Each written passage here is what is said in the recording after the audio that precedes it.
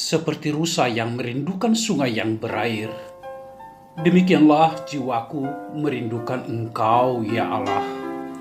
Bersama Hobasma Channel HKBP Suprapto, teduh di dalam Tuhan. Dengarlah firman Tuhan. Kasih karunia yang dari Allah Bapa, Anak Dia Tuhan kita Yesus Kristus dan Roh Kudus memberkati saudaraku sekalian. Amin.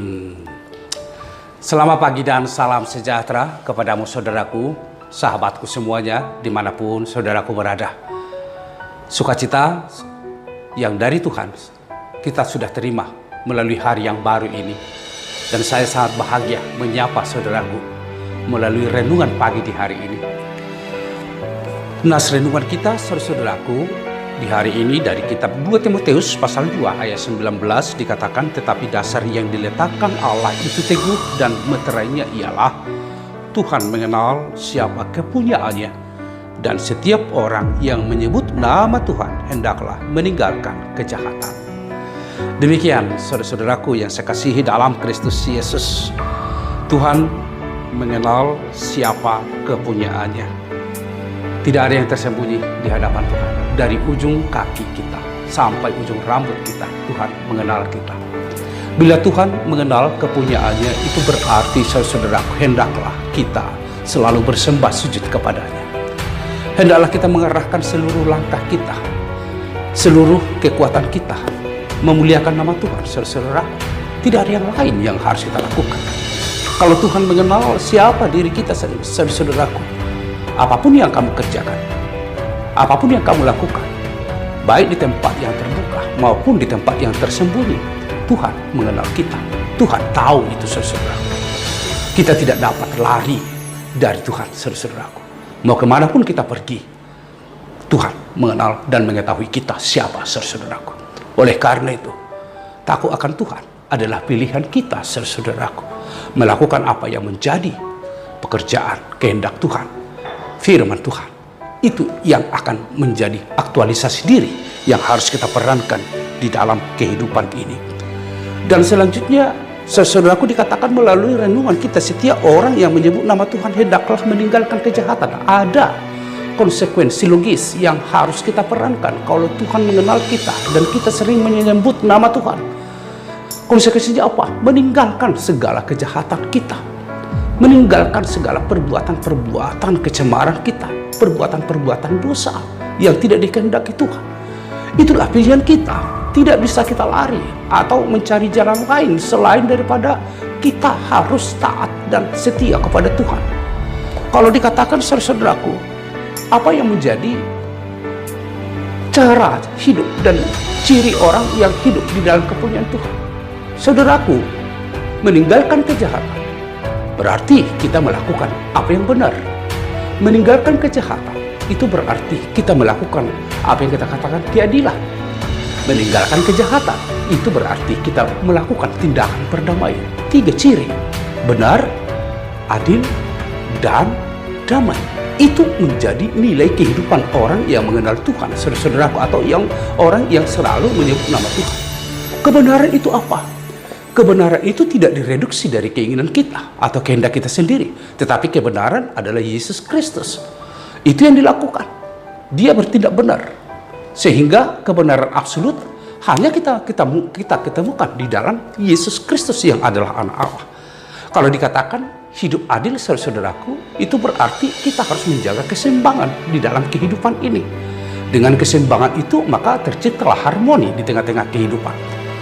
Dalam hidup melakukan keadilan atau bertindak adil berarti ekualitas menjadi salah satu yang harus kita perankan.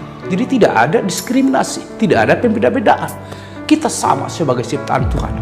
Baik orang miskin, jangan perlakukan semena-mena. Baik para janda, baik orang-orang yang yatim piatu, perlakukan sebagai sesama manusia karena harkat dan martabatnya sama di hadapan Tuhan, saudara-saudaraku. Sehingga kita tidak boleh menindas orang-orang lemah. Kita tidak boleh menipu orang-orang miskin. Kita tidak boleh merampas hak-hak para janda atau yatim piatu, tetapi justru kita ke sana untuk melakukan keadilan, keseimbangan di dalam kehidupan.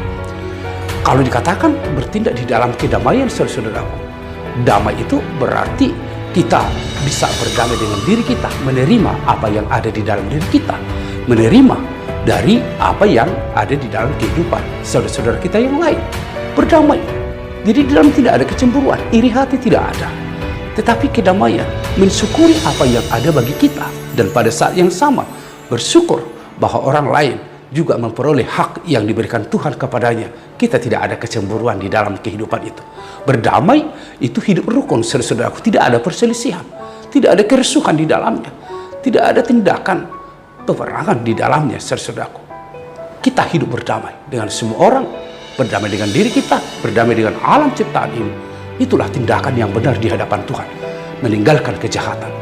Kita mendesak diri kita untuk selalu berusaha melakukan Tuhan apa yang Tuhan kehendaki dalam kehidupan ini, saudara-saudaraku. Inilah dua hal yang diajak oleh firman Tuhan kepada kita. Kalau kita adalah milik kepunyaan Tuhan, maka saudaraku, takutlah akan Tuhan, pujilah Dia, dan kepadanya kita berserah, karena hanya di dalam Tuhan kita menemukan kepastian, yaitu keselamatan kita, saudara-saudaraku. Kalau kita adalah milik kepunyaan Tuhan, saudara-saudara, ingat, Tuhan tidak pernah meninggalkan kita sendirian di dalam kehidupan. Tuhan selalu ada bersama-sama dengan kita. Kuasa Tuhan bekerja di dalam diri kita. Tidak mungkin Tuhan meninggalkan kepunyaannya, tetapi Dia selalu merawat dan selalu menjaga, memelihara kehidupan kita. Yakinkan dirimu dengan itu, saudara-saudaraku.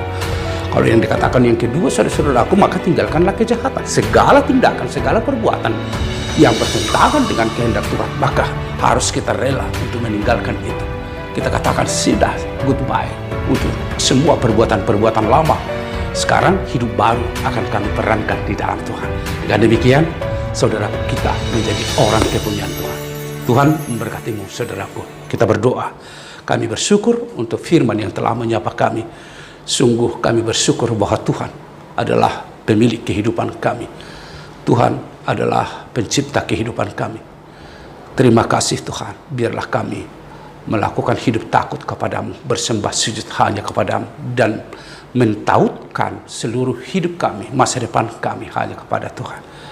Biarlah kami juga dapat menjauhkan segala pelanggaran-pelanggaran dan dosa-dosa kejahatan kami. Biarlah kami bertindak benar, adil, dan damai di tengah-tengah kehidupan. Sertailah seluruh jemaat-Mu, sertailah seluruh sahabat-sahabat kami yang telah mendengarkan firman ini. Berikan mereka kuasa untuk bertindak di dalam nama Tuhan, bekerja di dalam nama Tuhan, melakukan semua profesi yang mereka miliki dengan kebenaran, damai, dan keadilan dari Tuhan. Terpujilah nama-Mu dalam Yesus Kristus.